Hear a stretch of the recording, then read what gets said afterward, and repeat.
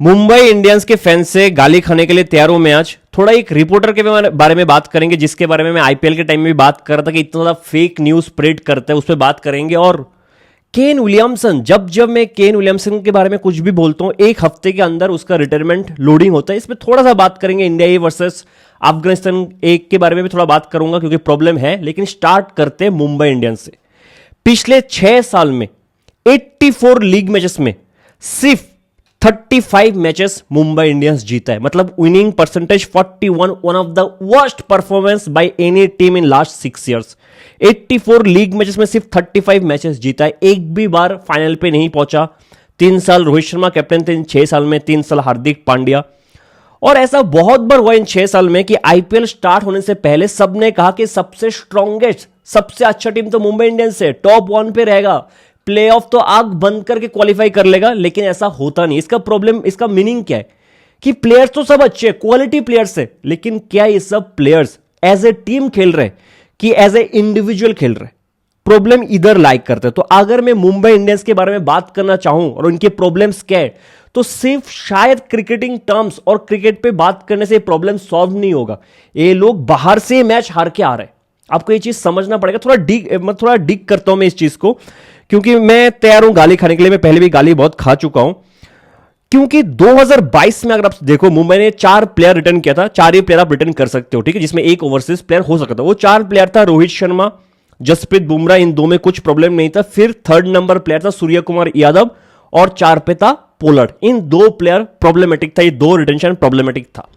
एक मुझे बात बताओ, आपने अगर पोलर्ड को रिटेन किया था, इसका मतलब है आपको पता था कि पोलर्ड अगले 3 साल तक तो खेलेगा, ये साइकिल तो खेल के जाएगा। 2022 आईपीएल खत्म, पोलर्ड का आईपीएल कैरियर खत्म, रिटायरमेंट ले लिया। और ईएसपीएन क्रिक इन्फो पे अभी भी वो है कि पोलर्ड को फोर्स्ड रिटायरमेंट लिया गया है। पोलर्ड को कहा गया है मुंबई मैनेजमेंट से कि आप रिटायरमेंट ले लो, आपका फॉर्म खराब चल रहा है। तो फिर आपने रिटर्न ही क्यों किया? आप ट्रेंट बोल्ट को पकड़ लेते जो अपने प्राइम पे चल रहा था, आपने ट्रेंट बोल्ट को जाने दिया, आरआर ने ले लिया, उसने बेहतरीन परफॉर्म करके दिखाया, है ना। आपने हार्दिक पांड्या को जाने दिया, हार्दिक पांड्या के ऊपर आपने सूर्य कुमार यादव को रिटेन किया था। बेहतरीन डिसीजन था आपका, बेहतरीन डिसीजन था। तो इधर फर्स्ट गलती जो मुझे नजर आ रहा है कि ये 2 प्लेयर को रिटेन करके, फिर भी ठीक था। 2024 में इस गलती को और एक स्टेप आगे लेके जाता है मुंबई का मैनेजमेंट। 2024 में हार्दिक पांड्या को वापस बुलाता है और कैप्टन बनाता है ना।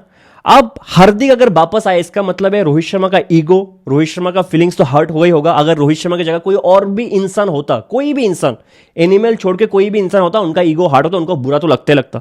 और फॉर ऑब्वियस रीजंस, मैं होता मैं भी रो देता। शायद रोहित शर्मा में घर में बैठ के बहुत रोया होगा कि हार्दिक को कैसे वापस बुला। और हार्दिक को बहुत हेट मिला है, ठीक है, हेट मिला है। जब हार्दिक एज ए कैप्टन अपॉइंट हुआ था, है ना, तब सूर्य कुमार यादव, जसप्रीत बुमराह सब ने स्टोरी डाला था इंस्टाग्राम में। I mean they were not happy. Rohit Sharma की बीवी ने हर पोस्ट पे जाकर कमेंट किया है, जितना हो सके उतना कमेंट किया। और रोहित शर्मा ने भी कभी भी कोई भी प्लेयर, मुंबई के कोई भी सीनियर प्लेयर माइक पे आके या फिर इंस्टाग्राम पे, सोशल मीडिया पे, कभी भी हार्दिक का साइड लेके किसी ने नहीं बोला कि बूइंग शुड स्टॉप। ऐसे आप एक इंटरनेशनल प्लेयर के साथ बिहेव नहीं कर सकते, किसी ने नहीं लिया हार्दिक का साइड। तो as a self respected man, कोई भी सेल्फ रेस्पेक्टेड मैन, अगर मैं रोहित शर्मा की जगह होता, मेरा इतना फीलिंग्स हार्ट हो गया है, my wife is stressed out, है ना, तो मैं क्या करता? मैं अगले साल मुंबई को छोड़ देता। मैं क्यों रहूंगा? अगर मेरा ईगो हर्ट हुआ है, मेरे फैंस का ईगो हर्ट हुआ है, मुझे इंसल्टिंग लगा आपका डिसीजन, मैं अगले साल मुंबई के साथ रह के क्या करता? लेकिन रोहित शर्मा उसके बाद भी मुंबई को नहीं छोड़ता। This is the 3rd worst thing that has happened to Mumbai Indians in last 6 years. 2022 में हार्दिक को जाने देना, पोलर्ड को रिटर्न करना, फर्स्ट गलती। सेकंड गलती हार्दिक को वापस बुलाना 2024 में। और 2025 में रोहित शर्मा के साथ रहना। 2025 में रोहित शर्मा को वो लोग रिलीज कर सकते थे और रोहित शर्मा को खुद को चला जाना चाहिए था ना। इतना इंसल्ट की बात कौन रहता है एक फ्रेंचाइज पे? लेकिन Rohit has decided to stay with Mumbai Indians. और उसके बाद ये टीम कभी टीम था ही नहीं। तो ये 3 गलती आराम से मुंबई अवॉइड कर सकता था। उसके बाद भी अगर आप देखो, हार्दिक जीटी में क्या करता था? कहीं पे भी बैटिंग कर लेता, नंबर 3, नंबर 4, जब मन किया था बॉलिंग कर लिया, पहले ओवर डाल दिया, दूसरा ओवर डाल दिया, जबकि शामी भी होता था और कोई कुछ पूछता नहीं था। He was enjoying his cricket. इधर आया क्योंकि इतने सारे स्टार प्लेयर्स है, तो आपको थोड़ा सोचना पड़ता है। और उसके बाद पिछले 3 साल में किसी का भी रोल डिफाइन नहीं था। 1-2 ओपनर, रोहित शर्मा का रोल छोड़ के कि आप ओपनिंग करोगे, वो छोड़ के किसी का भी रोल डिफाइन नहीं था। जब जिसको मन किया उधर बैटिंग पे भेज दिया। ईशान को 2024 के बाद जाने दिया। एक आपने रोमरियो शेपर्ड लिया था कि आप इसको कायरन पोलार्ड बनाओगे, है ना, आपने उसको रिलीज कर दिया 2024 के बाद। 25 में जाके आरसीबी की तरफ से जाके तोड़ फोड़ के वो आरसीबी को ट्रॉफी भी जीता के चला गया। ठीक है, कोई भी आप उठा लो, इस बार भी उठा लो, कैसे मतलब किसी के पास भी वो डिफाइंड रोल है ही नहीं। कभी उलजेस ओपनिंग कर रहा है, 2 मैच बाद नंबर 6 पे आ रहे हैं। शार्फिन रदरफोर्ड कितना मैचेस खेले, आपने ट्रेड किया उसको। कॉर्बिन बॉश कितने मैचेस खेले, एक मैच पे कॉर्बिन बॉश ने 2 ओवर में बेहतरीन ओवर डाला था, फिर अगला 2 over Suryakumar Yadav as a captain fielding कर रहा था उस दिन, बॉलिंग दिया भी नहीं। अश्विनी कुमार कितने मैचेस खेले, जबकि परफॉर्मेंस है भी नहीं बड़े बड़े प्लेयर्स का। तो किसी का भी रोल डिफाइन नहीं था इस टीम में। कभी तिलक वर्मा नंबर 3, कभी 5, कभी नमनदीप ओपनिंग, कभी नमनदीप नंबर 3, कभी नमनदीप नंबर 5। ये कंटिन्यू है मुंबई के साथ। ये प्रॉब्लम सिर्फ क्रिकेट का नहीं है, ये टीम का ईगो, ये टीम का एटमोस्फेयर बहुत ही खराब हो चुका है। और मुझे लगता है कि अगले साल ये लोग खराब ही करेंगे। और थोड़ा सा आप समझो, स्टार्ट करते हैं रोहित शर्मा से, सबसे बड़े प्लेयर मुंबई इंडियंस। और मैं सिर्फ as a batsman, as a top order batsman की बात कर रहा हूं। कोई मुझे इंडिया के लिए रोहित शर्मा ने क्या किया वो मुझे ना बोले, मुझे पता है रोहित शर्मा ने क्या किया इंडिया के लिए, है ना, सबको पता है। वो किसी का अगर आपको बोलना पड़ रहा है कि रोहित शर्मा ने क्या किया, आप रोहित शर्मा के इंसल्ट कर रहे हो। सबको पता है रोहित शर्मा ने इंडिया के लिए क्या किया, है ना। वो मुझे बोलने की मतलब आई नो द इंफॉर्मेशन, मुझे बोलने की जरूरत है, मुझे स्टेट्स पता है। एक बार सुनते, रोहित शर्मा पिछले 13 साल से एक सीजन भी उनका 500 प्लस नहीं है। एक सीजन। आप आईपीएल में कितने सारे ओपनर्स या फिर टॉप ऑर्डर या फिर मिडिल ऑर्डर का बैट्समैन है जिन्होंने पिछले 13 साल में 500 रन नहीं बनाया? आई रियली डोंट नो, ऐसा कोई है भी कि नहीं। एक बार थोड़ा स्टैट्स सुनते हैं 2017 से। 2017 में 333 रन, 2018 में 286 रन, 2019 पे 405 रन, 2020 में 332, 2021 पे 381, 2022 में सिर्फ 268 और 2023 पे 332। तब तक हार्दिक पांड्या मुंबई के इंडियंस के पास आया नहीं था, है ना। 2023 तक मैंने आपको स्टैट्स बोल दिया। अब लोग कहते हैं कि रोहित शर्मा ऑरेंज कैप के लिए नहीं खेलता, हाई इंटेंट इंपैक्टफुल नॉक खेल के जाता है। जबकि मैं देख रहा हूं 2017 से 2023 तक रोहित शर्मा का जिस सीजन में हाईएस्ट स्ट्राइक रेट रहा है वो है 133 ओनली। 133 के स्ट्राइक रेट, मतलब जो लोग स्टैट पैडिंग करते हैं, स्टैट पैडिंग, उनका भी स्ट्राइक रेट इससे ज्यादा होता है। 2017 से 2023 तक रोहित शर्मा का हाईएस्ट स्ट्राइक रेट उस एक सीजन में था 133। अब बात करते हैं 2024 से 2026, जहां पे थोड़ा बहुत आईपीएल फास्ट फॉरवर्ड हो चुका है T20 क्रिकेट, जहां पे 240 भी एक सेफ टारगेट नहीं है ना, पिचेस फ्लैट हो चुके हैं। उसमें रोहित शर्मा का परफॉर्मेंस देखते हैं पिछले 3 साल में। 2024 में 417 run with strike rate of 150, 2025 में 418 run with strike rate of 149, 2026 में 9 match 283 run with strike rate of 157। इस स्टेट्स को थोड़ा और ब्रेक डाउन करता हूं मैं, और मैं सिर्फ ओपनर और टॉप ऑर्डर की बात कर रहा हूं। 2024 में आप कह रहे हो कि हाई इंटेंट इंपैक्टफुल खेल के जाते रोहित शर्मा, ऑरेंज कैप के बारे में सोचता नहीं, टीम को जो चाहिए वो करता है। 2024 में Virat Kohli orange cap winner, 741 run, Rohit Sharma से 300 रन ज्यादा, स्ट्राइक रेट 154, रोहित शर्मा से ज्यादा, है ना। और 2024 का थोड़ा और ब्रेकडाउन करता हूं। Riyan Parag 573 run, strike rate 150, Travis Head 567 run, strike rate 191, Sanju Samson 532, strike rate 153, Sunil Narine 488, strike rate 181, Abhishek Sharma 484, strike rate 204, Faf du Plessis जिनके करियर का one of the worst season था 2024, उन्होंने भी 438 विथ स्ट्राइक रेट ऑफ 161। सबका स्ट्राइक रेट भी रोहित शर्मा से ज्यादा, और रन तो मतलब भर भर के लोगों ने बनाए। तो कौन से इंपैक्ट के बारे में आप बात करें जो मुझे दिखाई नहीं दे रहा है एज ए बैट्समैन? मैंने आपको 10 साल का स्टैट्स दिखाया, जिसमें पहले 2023 तक सिर्फ 133 उनका स्ट्राइक रेट हाईएस्ट था कोई एक सीजन में, और उसके बाद अभी पिछले 3 सीजन में 150 का स्ट्राइक रेट टच किया, लेकिन रन तो फिर भी कम है यार। साई सुदर्शन 150 के स्ट्राइक रेट से खेला पिछला 3 सीजन, और रन बनाया 600, 600, 700, 700। रोहित शर्मा के उतना ही स्ट्राइक रेट है। ऐसा नहीं रोहित शर्मा 300 के स्ट्राइक रेट से खेल रहा, 400 रन बना रहा, 300 रन बना रहे। आई एम सॉरी टू से पिछले 10 साल में रोहित शर्मा का एज ए बैट्समैन कोई इंपैक्ट था ही नहीं आईपीएल में, zero impact in terms of strike rate, in terms of average, in terms of everything. And Rohit Sharma is not leading the side any more. और मैं पहले से कह रहा हूं, मैं रोहित शर्मा द कैप्टन की बात नहीं कर रहा हूं, मैं Rohit Sharma the top order batsman और ओपनर की बात कर रहा हूं। और ये मेरे लिए बहुत सरप्राइज था। मैंने बार बार बात किया, जो बैट्समैन ओडीआई वर्ल्ड कप में जाके, ओडीआई फॉर्मेट में जाके 130 के स्ट्राइक रेट से 4-5 सेंचुरी मार देता है, 500 600 700 रन मारते हैं ओडीआई वर्ल्ड कप में जाके, वो बैट्समैन आईपीएल में ऐसा कैसे कर सकते हैं? रोहित शर्मा खुद के लिए मिस्ट्री हो गई, क्यों मैं नहीं कर पा रहा हूं। और 2026 में इनका जो 157 का स्ट्राइक रेट था, वो अंकड़े के बाहर शायद 5 या 6 इनिंग्स खेले इस सीजन, एवरेज 20 का स्ट्राइक रेट, 125-30 का, वो अंकड़े के बाहर ही साल 2026 में। आई एम सॉरी टू से, अगर क्योंकि रोहित शर्मा के होने से ये टीम में ना यूनिटी आ रहा है, क्योंकि हार्दिक पांड्या भी है, सूर्या भी है, पता नहीं क्या क्या किसका क्या चल रहा है, और ऊपर से रोहित शर्मा बैट्समैन का भी कोई परफॉर्मेंस नहीं है। और मुझे नहीं लगता कि आप 2027 में रोहित शर्मा को फिर से कैप्टन बनाओगे, नहीं बनाओगे ना आप, और ना ही रोहित शर्मा खुद कैप्टनसी लेगा 3 साल बाद। तो फिर रोहित शर्मा को रिटर्न करने का मतलब, it doesn't make any sense, at least for Mumbai Indians it does not make any sense आज के दिन एज एन ओपनर बैट्समैन कि आप रोहित शर्मा को रिटर्न करो इतने पैसों से, जबकि 10 साल से परफॉर्मेंस नहीं है। Rohit Sharma should be the first player to get release from Mumbai Indians in 2027। I am sorry to say that, first player अगर वो कैप्टनसी नहीं कर रहा, मुझे लगता है वो कैप्टनसी करेगा। और मैं चाहता हूं कि केकेआर हो, एलएसजी हो, जिसको भी चाहिए, दिल्ली हो, वो रोहित शर्मा को ले और रोहित शर्मा का करियर हाई नोट पे खत्म हो। बाकी टीम में जाके इस एटमोस्फेयर से निकल के कोई नया एटमोस्फेयर में जाके, जहां पे रोहित शर्मा की बात सुनेगा, जहां पे रोहित शर्मा की एक्सपीरियंस का वैल्यू है, उधर जाके रोहित शर्मा अच्छा करे बेटर एटमोस्फेयर में, कैरियर को अपने हाई पीक पे एंड, लोगों को भी पता लगे रोहित शर्मा है क्या। लेकिन मुंबई के लिए आई एम सॉरी टू से, अगर आपके मैनेजमेंट को 1% भी डाउट है कि रोहित शर्मा रह के एज ए बैट्समैन भी डाउट है, और रह के टीम का एटमोस्फेयर भी उतना खास नहीं चल रहा है, तो Rohit Sharma should be the first person to get release from this squad. ठीक है, मतलब इतने बड़े बड़े प्लेयर होने से बहुत सारे प्लेयर्स अंडर यूटिलाइज हो रहे हैं और मिसयूज हो रहे हैं मुंबई इंडियंस में। Fair enough. Moving on to the next big thing, Suryakumar Yadav. पहले मुझे ऐसा लगता था कि फॉलो अनफॉलो, ब्लॉक अनब्लॉक, ये सब निब्बा निब्बी करते थे ब्रेकअप के बाद, है ना। कभी ब्रेकअप हो गया, फॉलो अनफॉलो कर दिया, है ना, फिर 2 दिन बाद और रहा नहीं जा रहा है, फिर फॉलो बैक कर दिया, मैसेज कर दिया, how are you doing darling. Suryakumar Yadav 35 years old, एक वर्ल्ड कप विनिंग कैप्टन, ये सब कर रहे हैं सोशल मीडिया पे। क्रिकेट कहां पे आगे पहुंच गया, ठीक है। With bat no performance, India के कैप्टन से ड्रॉप हो चुके हैं, one of the worst middle order batsman of this year, है ना। फिर जो हरकतें चल रहे हैं, इन्होंने वन ऑफ द प्लेयर की जिसने बहुत ही सैड स्टोरी डाला था इंस्टाग्राम में जब हार्दिक कैप्टन बन के आया था, है ना। तो मेरे हिसाब से वंस अगेन, अगर 1% भी डाउट है कि ये प्लेयर रहने से एटमोस्फेयर खराब होने वाला है, इनको रिलीज कर देना चाहिए without any doubt, without any doubt in my mind. मैं सूर्य कुमार यादव को एक ही बेसिस पे रिटर्न करूंगा अगर वो अगले साल मुंबई का कैप्टन है। मैं फिर से कह रहा हूं, अगर अगले साल आपने डिसाइड किया कि सूर्य कुमार यादव आपका कैप्टन है, फिर ही रिटर्न करो। अगर आपने डिसाइड कर लिया कि नहीं कैप्टन कोई और ही होगा, तो Suryakumar Yadav should be the second person to get released from this side. अब आते हैं हार्दिक पांड्या। सोर्सेस का, अगर मैं सोर्सेस को बिलीव करूं तो ऑलमोस्ट कंफर्म है कि हार्दिक पांड्या मुंबई से बाहर आ जा रहा है, ठीक है।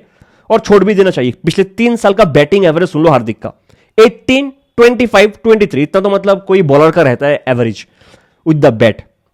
स्ट्राइक रेट 138, 143, आज के दिन नंबर 8 के बैट्समैन कैसा स्ट्राइक रेट रहता है। और बॉल से इस सीजन 4 विकेट, 11.42 का इकोनॉमी। हार्दिक पांड्या क्या प्लेयर खराब है? क्या सूर्य कुमार यादव प्लेयर खराब है? शायद आज के दिन वो प्लेयर खराब है। क्या Rohit Sharma as a captain as a player खराब है? बिल्कुल नहीं है, लेकिन ये लोग परफॉर्म नहीं कर पा रहे एक साथ। तो Hardik Pandya once again should be release without any doubt. अब पता है मुझे, लोग हो सकते कहेंगे कि फ्लैम्बॉयंट है ना, वो कैसानोवा इमेज लेके चलता है, लड़कियों के पीछे घूमता है, शायद इसलिए क्रिकेट में फोकस नहीं कर रहे हैं। बुलशिट। शायद फिर आपने जय सूर्या, है ना, शेन वॉर्न, एंड्रू फ्लिंटॉफ और कौन, माइकल क्लार्क, इनको नहीं देखे लोग क्या करेंगे। गूगल करो शेन वॉर्न क्या क्या करता था लड़कियों के पीछे। हार्दिक पांड्या इज नॉट पृथ्वी शॉ जो क्रिकेट की प्रैक्टिस सेशन मिस करते नाइट क्लब में एंजॉय करने के लिए, ठीक है। ऐसे फ्लैम बर्न, ऐसा कैसानोवा क्रिकेट में बहुत रह चुके, इमरान खान, है ना, बहुत रह चुके और उन्होंने अच्छा किया है क्रिकेट पे। तो हार्दिक पांड्या इस टीम में तो अभी फिट नहीं बैठ रहे फॉर श्योर। तो ये 3 बड़े प्लेयर आपको रिलीज करना ही पड़ेगा अगर आपको अच्छा करना है। फिर आते हैं जसप्रीत बुमराह पे, और मैं बुमराह का नाम इसलिए नहीं ले रहा हूं, सबसे बड़ा हेडेक तो बुमराह देगा, क्योंकि उनका एवरेज ऑलमोस्ट डॉन ब्रैडमैन जैसा था इस सीजन बॉल से। इस पे मेरा प्रॉब्लम नहीं है क्या, लेकिन दिल पे हाथ रख के कहो, क्या जसप्रीत बुमराह अगला साल आईपीएल खेलना चाहिए? बिल्कुल भी नहीं। As an Indian cricket fan हमें हाथ पैर जोड़ लेना चाहिए, बुमराह के घर पे लॉक लगा देना चाहिए कि ना खेले आईपीएल, क्योंकि जनवरी से स्टार्ट होगा बीजीटी, 4 या 5 टेस्ट मैच होगा इंडिया में, उसमें भी बुमराह हर मैच तो नहीं खेलेगा। एक तो है कि स्पिन फ्रेंडली कंडीशन होगा मोस्टली, फिर भी जब जब विकेट नहीं मिलेगा हम बुमराह के पास जाएंगे, है ना। क्योंकि बुमराह अगर आप देख लो बड़े बड़े टेस्ट मैच मिस करते हैं, T20 में इंपॉर्टेंट मैचेस मिस करते हैं, एशिया कप का फाइनल मिस कर देता है, जैसा भी है वर्कलोड मैनेजमेंट के बहाने से, है ना, और हमें भी चाहिए फिट रहे। वो बोल के अगर आईपीएल खेलने आएगा और उसके 3 महीने बाद स्टार्ट होगा ओडीआई वर्ल्ड कप अक्टूबर साउथ अफ्रीका में, क्यों आईपीएल खेलेगा? खेलना ही नहीं चाहिए, बीसीसीआई को तो अलाउ ही नहीं करना चाहिए। आप 2-3 साल वर्कलोड मैनेजमेंट के भांग भूसरा दे के आप कहते हो कि नहीं ये मैच नहीं खेलेगा, वो मैच नहीं खेलेगा, फिर आईपीएल में अलाउ कर देते हो, होना ही नहीं चाहिए। एटलीस्ट 2027 आईपीएल में बुमराह का खेलना बीसीसीआई की तरफ से वो आज नोटिस आ जाना चाहिए कि नहीं खेल सकते हमारा ये प्लेयर। और सच में कह रहा हूं, नहीं खेलना भी नहीं चाहिए, ज्यादा से ज्यादा 5-6 मैच। अगर मुंबई क्वालिफाई करके प्लेऑफ में आ गया फिर खेल लो 2-3 मैच और फाइनल खेल लो, उसमें मुझे कुछ प्रॉब्लम नहीं है, लेकिन खेलना नहीं चाहिए। कंसिडरिंग द 2027 एक बहुत ही इंपॉर्टेंट फेज रहेगा इंडिया के लिए, बहुत ही इंपॉर्टेंट फेज रहेगा। और कौन नहीं चाहता वर्ल्ड कप जीतना, ओडीआई वर्ल्ड कप सबका ड्रीम होता है। तो मुंबई का हेडेक इधर से स्टार्ट होगा, क्योंकि अगर आप देख लो प्रॉब्लम्स इधर ही खत्म नहीं होते इनका। ये पॉलिटिक्स, एटमोस्फियर, सिर्फ यही प्रॉब्लम नहीं है, बहुत सारे प्रॉब्लम्स। इनके जो रेगुलर मेन बॉलर्स है, ट्रेंट बोल्ट अपना प्राइम पास कर चुका है, दीपक चाहर बहुत ही खराब हाल पे है। दीपक चाहर का आप देख लो ना, पूरा सीजन डोमेस्टिक नहीं खेलता इंजरी बोल के, फिर आईपीएल से पहले 1-2 मैच खेलते और आ जाते आईपीएल खेलने। 10 करोड़ अपने स्पेंड किया, बोल्ट पे 12 करोड़ अपना 1.5 साल में हर जगह मार खाया है। स्पिनर्स आपके पास है नहीं, मिचेल स्टार्क आज के दिन T20 में उतना विकेट टेकिंग ऑप्शन लेके नहीं आता है। तो आपको बहुत सारे चीज सॉल्व करना पड़ेगा। मुंबई का प्रॉब्लम इधर ही 1-2 प्लेयर से खत्म नहीं होता। मुंबई को शायद पूरा का पूरा स्क्वाड में 50-60% प्लेयर छोड़ देना पड़ेगा अब, क्योंकि जो रघु शर्मा है उनका स्पिनर, वो यशराज पुंजा जैसा इतना इंप्रेसिव नहीं था, बिल्कुल भी उतना इंप्रेसिव नहीं था। तो बहुत दानिश मालेवार हो जाए, और भी आप डोमेस्टिक प्लेयर देख लो, उतना इंप्रेसिव रॉबिन मींस पिछले 2-3 साल से कुछ नहीं कर पाए, कुछ नहीं। जो बाकी टीम के डोमेस्टिक प्लेयर्स है वो मुंबई से बहुत हाईली स्किल्ड है। तो मुंबई, और ऐसा भी नहीं है कि मुंबई को शायद मिनी ऑक्शन पे इतने क्वालिटी प्लेयर्स मिल जाए। सॉल्यूशन क्या exactly I don't know, but मैं मान के चलता हूं Tilak Varma will be the next captain. जिस हिसाब से तिलक का करियर जा रहा है, हैदराबाद का कैप्टन, इंडिया का कैप्टन, इंडिया सीनियर टीम का T20 में वाइस कैप्टन, तो मैं एटलीस्ट एक प्लेइंग 12 बनाने की कोशिश करता हूं अभी एग्जिस्टिंग स्क्वाड से। तो रायन लिकल्टन और नमन धीर अगर ओपनिंग कर रहे हैं, और नंबर 3 पे तिलक वर्मा, 4 हमारे लिए खाली है अभी, ठीक है, क्योंकि सूर्या अगर कैप्टन नहीं है मैं रिलीज कर रहा हूं। 5 पे शार्फेन रदरफोर्ड मान के चलते, 6 पे विल जैक, 7 पे कॉर्बिन बॉश, है ना, 8 पे कोई नहीं है मेरे पास अभी के लिए, 9 पे अश्विनी कुमार, 10 पे अल्लाह गजनफर, 11 पे जसप्रीत बुमराह, 12 पे शार्दुल ठाकुर, और बुमराह भी हर मैच खेलेगा नहीं। और मैंने प्लेइंग 11 में 5 ओवरसीज प्लेयर रख दिया है, Rickelton, Sherfane Rutherford, Will Jacks, Corbin Bosch, Allah Ghazanfar. इसमें शार्फेन रदरफोर्ड और अल्लाह गजनफर कोई एक बाहर जाएगा। अगर रदरफोर्ड बाहर जा रहे हैं इसका मतलब नंबर 5 का भी हमें एक पावर हिटर बैट्समैन चाहिए। अगर गजनफर बाहर जा रहे हैं इसका मतलब एक experienced Indian wicket taking spinner आपको चाहिए। क्या आपके पास इतने सारे क्वेश्चन सॉल्व कर पाओगे मिनी ऑक्शन पर जाके? तो मुंबई क्या करेगा आप मुझे बताओ। मुंबई अभी हर जगह मुंह मारेगा। हर जगह मुंह मारना मतलब क्या? हर टीम के पास जाएगा। पहले जाएगा सीएसके के पास, हमें दुबे दे दो, हमें खलील दे दो, हार्दिक ले लो। केकेआर के पास हमें कैमरन ग्रीन दे दो, साथ में कोई है तो वो भी अनुकुल रॉय दे दो, हार्दिक ले लो और कुछ और पैसा ले लो हमसे। दिल्ली के पास जाएगा, हमें अक्षर पटेल दे दो, हमें लुंगी अंगड़ी दे दो, हार्दिक ले लो। है हमें एलएजी के पास जाएगा, हमें निकोलस पुरन दे दो, हमें मोहसिन खान दे दो, हम हार्दिक रख लो। मुंबई अभी हर जगह ट्राई करेगा, हर जगह ट्राई करेगा पैसा देके हार्दिक के साथ और 10 करोड़ एक्स्ट्रा लगा कि हमें कोई तो दे दो। वरना क्योंकि मुंबई अपने हर क्वेश्चंस का जवाब मिनी ऑक्शन पे ढूंढ नहीं पाएगा। जब ये सब ट्रेड का सब कुछ हो जाएगा, सबसे पूछ लेगा, सीएसके, केकेआर, दिल्ली, एलएसजी, कुछ टीम के पास तो ऑप्शन भी नहीं है ना। ये सब जब हो जाएगा, क्योंकि जीटी के पास तो हार्दिक वापस नहीं जाएगा, आई एम सो श्योर, है ना। GT has nothing to offer, है ना, GT has nothing to offer to Mumbai Indians. ये सब हो जाने के बाद मुंबई फिर अपना चाल चलेगा, कैसे भी करके। वो जैसे हार्दिक को ले लिया, चलो कुलदीप यादव को दे दो, पैसा नीचे से हम दे देंगे। ये सब कोशिश करने ट्राई करने की कोशिश करेगा। जो वीक टीम है, जिनका डर गया ओनर, वो दे देंगे। अगर सॉल्व नहीं कर पाया फिर से वही है, हो सकता है आरसीबी के पास भी जाए कि वेंकी दे दो और हमें डफी दे दो, अब हार्दिक पांड्या रख लो। ये भी हो सकता है, आरसीबी हो सकता है मान भी जाए, क्योंकि हार्दिक पांड्या मान भी जाए। तो हर टीम के पास जाने की कोशिश करा। उसके बाद पूरा का पूरा डोमेस्टिक क्रिकेट, चाहे इंडिया का हो, चाहे ऑस्ट्रेलिया का हो, चाहे इंग्लैंड का हो, चाहे साउथ अफ्रीका का हो, चाहे न्यूजीलैंड का हो, सबका डोमेस्टिक क्रिकेट मुंबई बैठ के फॉलो करेगा भी एक साल स्काउटिंग टीम उनका, और कोशिश करेगा ढूंढने के लिए। और मुझे लगता है एक बेटर ऑप्शन है, क्योंकि इंडिया में प्लेयर्स बहुत है और हमें ये तो मानना पड़ेगा कि मुंबई तब हार्दिक को खरीदा, 10 लाख में खरीदा हार्दिक को, if I am not wrong, Krunal Pandya को खरीदा है, बुमराह को खरीदा है और बनाया है उनको। तो आई वॉन्ट बी शॉक्ड अगर मुंबई फिर से कुछ बेहतरीन डोमेस्टिक टैलेंट ढूंढ के लाए, चाहे वो टेनिस बॉल क्रिकेट हो, चाहे कोई भी क्रिकेट हो, ढूंढ के लाए और वो अच्छा करके दिखाए, और करना ही पड़ेगा। मुझे नहीं लगता कि फिर से रोहित शर्मा, सूर्या, तिलक, बुमराह के साथ हार्दिक के जाने से भी आपका प्रॉब्लम सॉल्व नहीं होगा। I am sorry to say that. आपका ओपनिंग पेयर जिस हिसाब से T20 क्रिकेट आगे जा रहा है, आप बाकी जो भी टीम अच्छा कर रहा है उनका ओपनिंग पेयर देख लो, कितना रन बनाता है, किस स्ट्राइक रेट से बनाता है, और आपका ओपनिंग पेयर देख लो फिर, ठीक है। तो मुंबई के पास बहुत सारे क्वेश्चंस अनसॉल्व रहेगा, और हो सकता है और एक सीजन खराब जाए, उसके बाद हो सकता है कि कुछ यंगस्टर को लेके और कुछ ट्रेड करके कुछ अच्छा प्लेयर मिल गया, फिर अगर टीम सेटल हो गया तो शायद 2028 में ये लोग अच्छा करेंगे, क्योंकि बुमराह तो हर मैच नहीं खेल रहे जैसे मेरे भाई, I am sorry to say that. तो मुंबई के लिए अभी और कुछ सोल्यूशन ढूंढना अभी के लिए तो इम्पॉसिबल है, क्योंकि डोमेस्टिक सीजन अभी देखो थोड़ा स्टार्ट हुआ है, वो भी स्टार्ट नहीं हुआ। मैं मध्य प्रदेश T20 देख रहा था और मुंबई T20 देख रहा। मुंबई T20 में उतना क्वालिटी प्लेयर्स नहीं है, जो ऑलरेडी वेल एस्टेब्लिश्ड प्लेयर है उसको छोड़कर और कोई क्वालिटी प्लेयर मुझे नजर नहीं आ रहा है। मध्य प्रदेश T20 में कुछ कुछ प्लेयर्स है, लेकिन वो अभी के लिए तो मुंबई की टीम में आ नहीं सकता। अब थोड़ा बात करते हैं उस रिपोर्टर के बारे में जो हमेशा फेक न्यूज पे फेक न्यूज बनाता है, और पूरे IPL के टाइम में कह रहा था। उसका नाम है, बहुत लोगों ने नाम भी पूछ लिया था मेरे को कमेंट सेक्शन में, बोलना नहीं चाहता था, मैं सोचा था कि क्यों ही बात करूं किसी के बारे में। वो है रोहित जुगलन। एक तो फेक न्यूज से भर देता है, हर जगह फेक न्यूज चलता रहता है। आप बोलो भाई फॉलो क्यों करता है? अरे मेरे फीड पे इधर उधर हर जगह बहुत लोग रीशेयर भी करता है, आता ही रहता है, आता ही रहता है। पूरे IPL के टाइम पे मैं थोड़ा सा आपको बैक स्टोरी दूं, पूरे IPL के टाइम पे रहाणे के पीछे पड़ा रहा, पहले ही मैसेज रहाणे को हटाओ, रहाणे को हटाओ, रहाणे को हटाओ, लेकिन ऋषभ पंत के खराब परफॉर्मेंस के बारे में एक बार मुंह नहीं खोला। और मैं आपको रीजन देता हूं क्यों।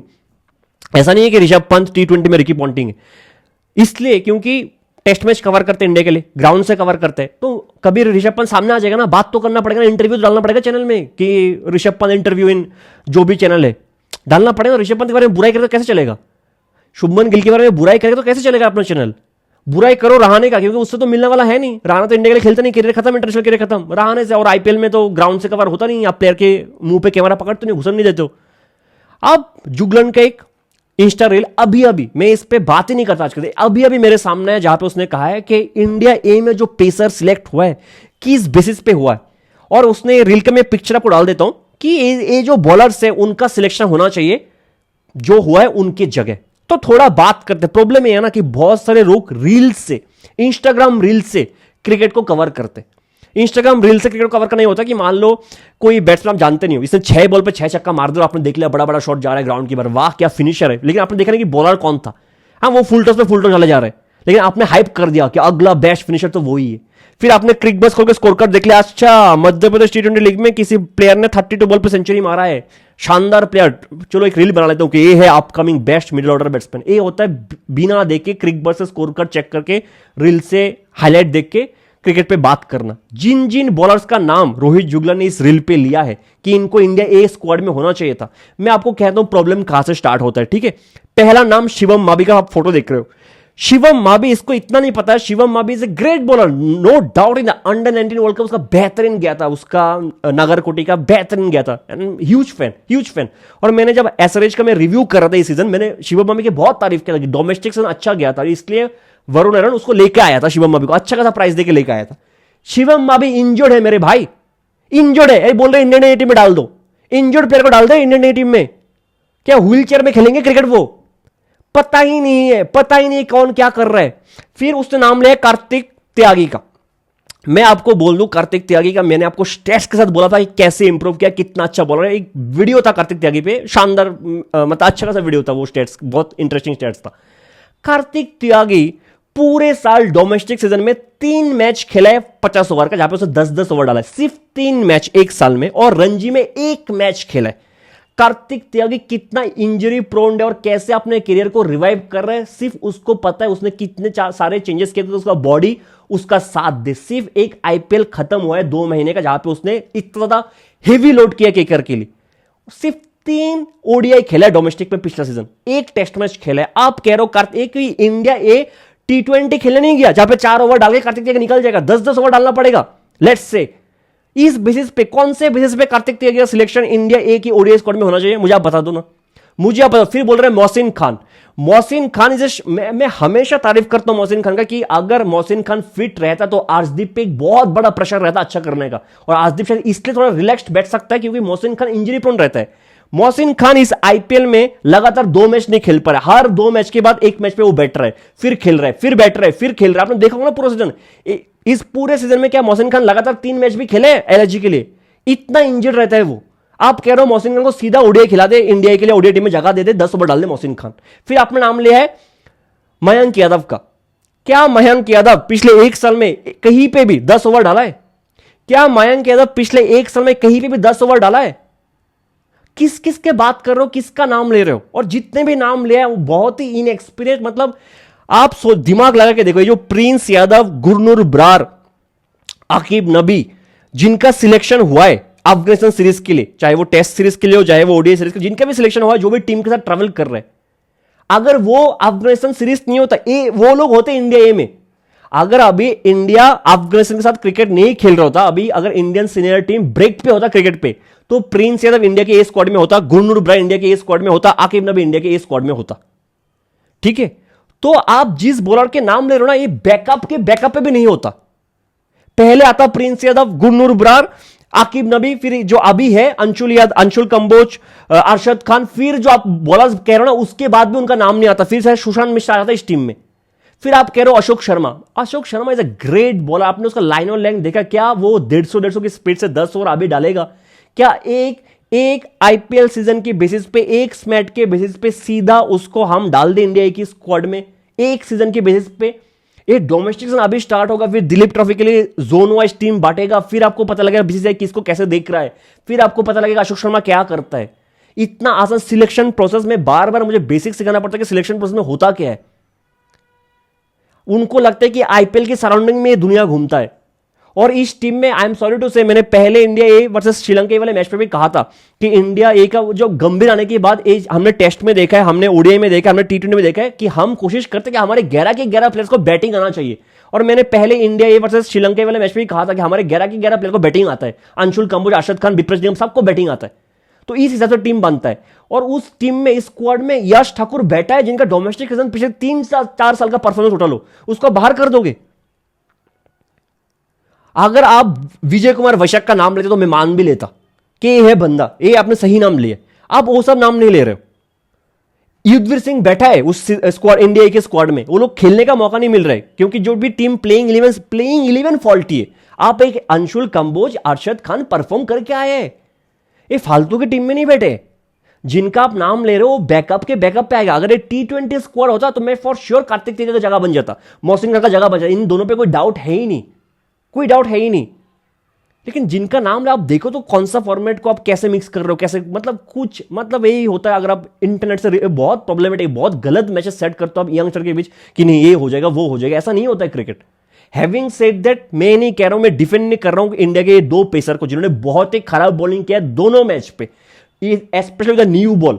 और हम पता नहीं कौन सा सोचे कि श्रीलंका है तो 5 स्पिनर 6 स्पिनर टीम में डाल लेते, ये गलत है। और अंशुल कंबोज के बारे में थोड़ा बात करता हूं क्योंकि दोनों मैच पे न्यू बॉल के साथ इतना गंदा बॉलिंग उसने किया है और इसका पूरा का पूरा रेस्पॉन्सिबिलिटी सीएसके के ऊपर आता है, क्योंकि ब्लेम सीएसके के ऊपर आता है, क्योंकि इतना हेवी लोडिंग उससे करवाया डेथ पे। जैसे मैंने पहले भी कहा, जैसे नेथन एलिस इंजर्ड हुआ, ये स्टार्ट हो गया होगा कि नेट पे सिर्फ डेथ पे बॉलिंग कर, सिर्फ डेथ पे बॉलिंग कर, ले बॉल पानी में भिगा के चल ईयरकॉर्ड डाल डेथ पे। यही हुआ होगा अंशुल कंबोज के साथ। तो ये करते करते ना अंशुल कंबोज न्यू बॉल का बॉलिंग वो थोड़ा भूल ही गया, उसको क्रिकेट से थोड़ा सा रेस्ट देना चाहिए। I agree with that, team के साथ रखो लेकिन थोड़ा रेस्ट दो उसको, उससे न्यू बॉल बॉलिंग हो ही नहीं रहा। वो एक होता है यार, मेंटल गेम होता है कि आप इतने 3 महीने से आप प्रैक्टिस कर रहे हो डेथ पे डेथ पे डेथ पे डेथ पे बोल के, आपको आप पे इतना हेवी लोडिंग हो चुका है ना, फिर आप सोच नहीं पा रहे हो कि न्यू बॉल से क्या करूं मैं इस टाइम पे आके। अंशुल कंबोज खराब बॉलर वो नहीं है, और उसका डोमेस्टिक परफॉर्मेंस उठा लो ना पिछले 3 साल का अंशुल कंबोज का,